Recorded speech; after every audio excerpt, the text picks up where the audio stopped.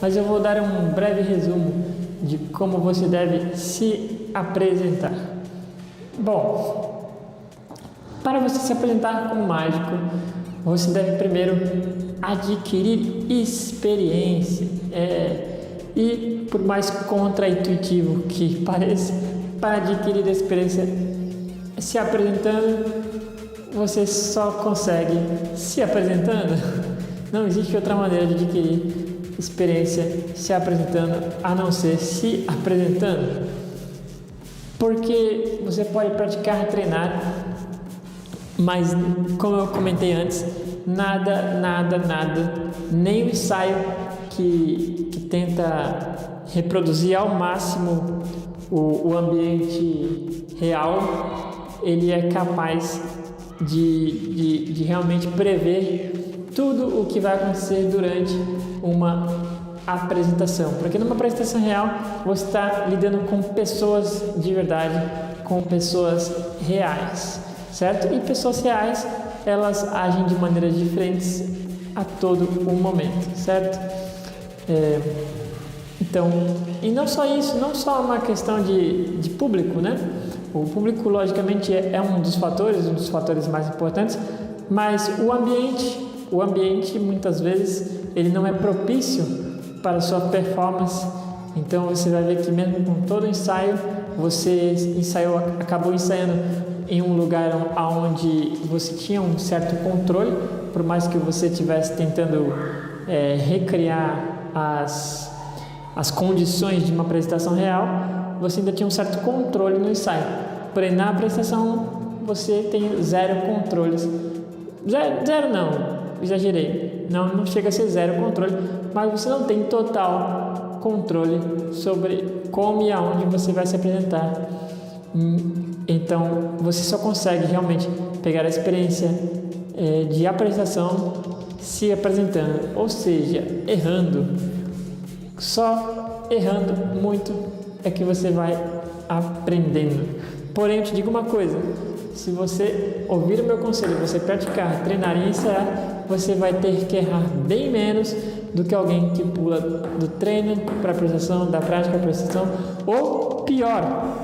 E o pior é que acontece, o pior é que existe pessoas que não praticam, não treinam, não ensaiam e pulam diretamente para a apresentação. E afinal de contas, o que apresentar, né?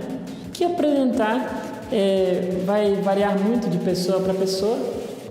O que apresentar vai variar muito de pessoa para pessoa, vai variar muito do que você quer. Mais para frente a gente vai entrar em detalhes em cada uma das categorias da mágica com muito mais profundidade, para você poder escolher qual é o seu caminho a perseguir, para você saber então no fim das contas o que você vai apresentar. O importante é que você apresente seja algo que agrade o seu público, algo que respeite o seu público, algo que seja feito para entreter a sua plateia, para encantar a sua plateia, não apenas para que você saia como o superior, para que você seja visto como uma grande pessoa poderosa. Não é essa a intenção.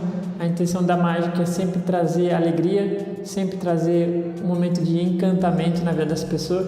Então, isso é o que você vai apresentar.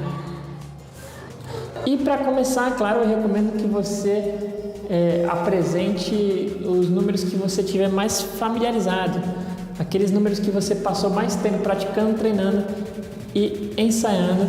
Esses sim são os números que eu recomendo que você utilize na sua primeira apresentação. E principalmente se você já estiver ganhando dinheiro com isso. Não utilize mágicas que você não está confiante, que você não está preparado para fazer durante a sua primeira apresentação, porque você vai se arrepender e você vai lembrar das minhas palavras, tenho certeza. Bom, magicamente apareceu essas coisas escritas aqui. Isso que é bom de ser mágico. Mágica acontece de repente. Bom, aqui como você pode ver eu tenho 3 itens. E aqui eu queria mergulhar um pouquinho mais a fundo no que você deve apresentar. Bom, primeiro tópico eu já comentei agora há pouco, é importante que sejam mágicas que você se sente confiante, não apenas compre uma mágica num dia, aprenda uma mágica em um dia e vá apresentar no dia seguinte.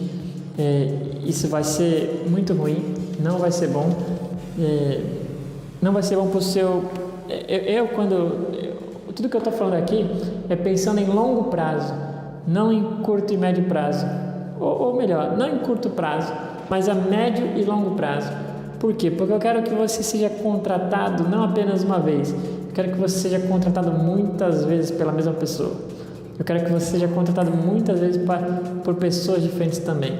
Então é o seguinte, se você acabar optando por escolher mágicas que você não treinou, não praticou no ano, não está familiarizado, as chances são de que você não vai ser contratado novamente por aquela família, ou se talvez até aquela família te contrate porque criou um vínculo de amizade ali, ela pode até, quando lembrar de um mágico, lembrar de você e te chamar de novo, mas você vai perceber que ninguém mais da festa que estava lá te assistindo, que poderia também te chamar, acabou não te chamando.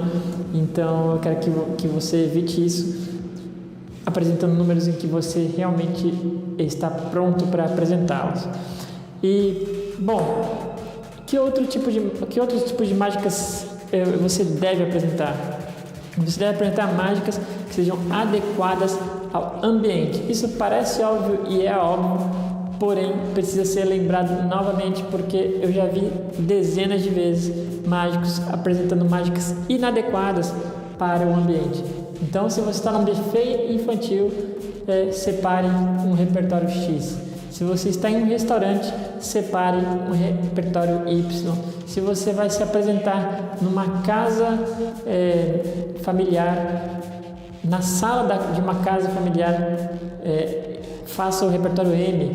Se você vai se apresentar no quintal de uma casa que venta, repertório W. Se você vai se apresentar num salão, que é diferente de buffet infantil, é parecido, mas diferente, um salão de prédio, faça diferente também. Então sempre lembre-se das condições em que você vai estar e apresente mágicas adequadas àquele ambiente, certo? Faça mágicas adequadas ao perfil do público. Outra coisa que parece óbvia e é óbvia, mas que eu preciso salientar, porque eu já vi dezenas de vezes mágicos apresentando fazendo mágicas que não são adequadas ao perfil do público. Coisas óbvias, como por exemplo, fazer uma mágica que envolve fogo, uma mágica que envolve furar o corpo ou engolir algo na frente de crianças, por exemplo. Então, isso é lógico que eu estou dando aqui o exemplo mais radical, mas existem vários outros exemplos de mágicas que podem ser inadequadas ao perfil do público. Se o público é um público mais conservador que seja, você vai lá e vai fazer piadas inadequadas, esse tipo de coisa. Então você tem que saber, você tem que antes investigar, você tem que tatear e tudo isso é para que você possa se preparar da melhor maneira possível. Então, se você usar números que você está acostumado com eles, está familiarizado, se você separar mágicas adequadas ao ambiente, mágicas adequadas ao perfil do público, e muito, muito importante, essencial, mágicas participativas, você tem que incluir. Talvez você não goste, eu não sei, talvez você não seja às vezes um mágico muito comunicativo, talvez você seja um mágico mais tradicional que gosta de trabalhar com músicas no fundo, mas pelo menos coloque algumas mágicas que sejam participativas, que envolvam quem te contratou, que envolvam talvez, se for uma mágica infantil, o aniversariante, os pais do aniversariante. E por que você deve fazer tudo isso? Porque estas são as mágicas, eu vou escrever até aqui, estas são as mágicas que vão fazer você ser contratado de novo e de novo e de novo. Então é isso, você vai ser contratado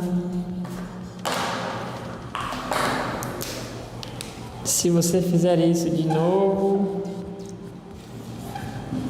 e de novo, e de novo,